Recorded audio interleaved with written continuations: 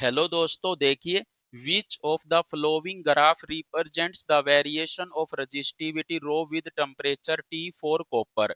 Means कह रहा है कॉपर के लिए इन चारों में से कौन सा ग्राफ रजिस्टिविटी का वेरिएशन शो कर रहा है टेम्परेचर के साथ, ये बताइए। तो याद रखिए कॉपर क्या है, एक नॉर्मल कंडक्टर है। अगर कोई नॉर्मल कंडक्टर या फिर नॉर्मल मेटल हो तो उसका वेरिएशन रजिस्टिविटी का टेम्परेचर के साथ इस तरह का आता है। सो यहाँ पर हम कह सकते हैं कि T इक्वल टू 0 केल्विन पर नॉर्मल कंडक्टर या नॉर्मल मेटल की रजिस्टिविटी 0 नहीं होती है, कुछ पर्टिकुलर वैल्यू होती है। कॉपर के लिए कितनी होती है? 1.7 into 10⁻⁸ ohm into metre. Means copper के लिए ये जो वैल्यू होगी वो इतनी होती है। Means T equal to 0 kelvin पर कॉपर की रजिस्टिविटी इतनी होती है। सो कॉपर एक नॉर्मल कंडक्टर है, उसका वेरिएशन इस तरह का होता है रजिस्टिविटी का। सो इसका राइट आंसर क्या होगा? सी इसका राइट आंसर होगा।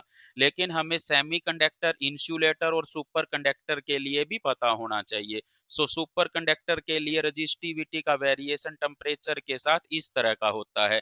यहाँ पर अगर टेम्परेचर क्रिटिकल टेम्परेचर से कम है तो रजिस्टिविटी 0 होगी, और अगर टेम्परेचर क्रिटिकल टेम्परेचर से ज्यादा है तो वेरिएशन कंडक्टर की तरह ही होगा। सो यहाँ पर सुपर कंडक्टर का वेरिएशन रजिस्टिविटी का इस तरह का होगा।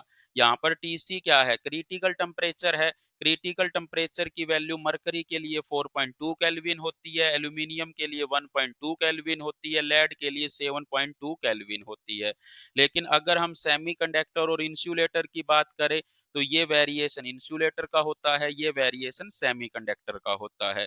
लेकिन अगर हम सुपर कंडक्टर की दोबारा बात करें तो अगर किसी कंडक्टर का टेम्परेचर क्रिटिकल टेम्परेचर से कम हो जाता है तो वो सुपर कंडक्टर की तरह बिहेव करता है। लेकिन अगर किसी कंडक्टर का टेम्परेचर क्रिटिकल टेम्परेचर से ज्यादा होता है तो वो नॉर्मल कंडक्टर की तरह ही बिहेव करता है।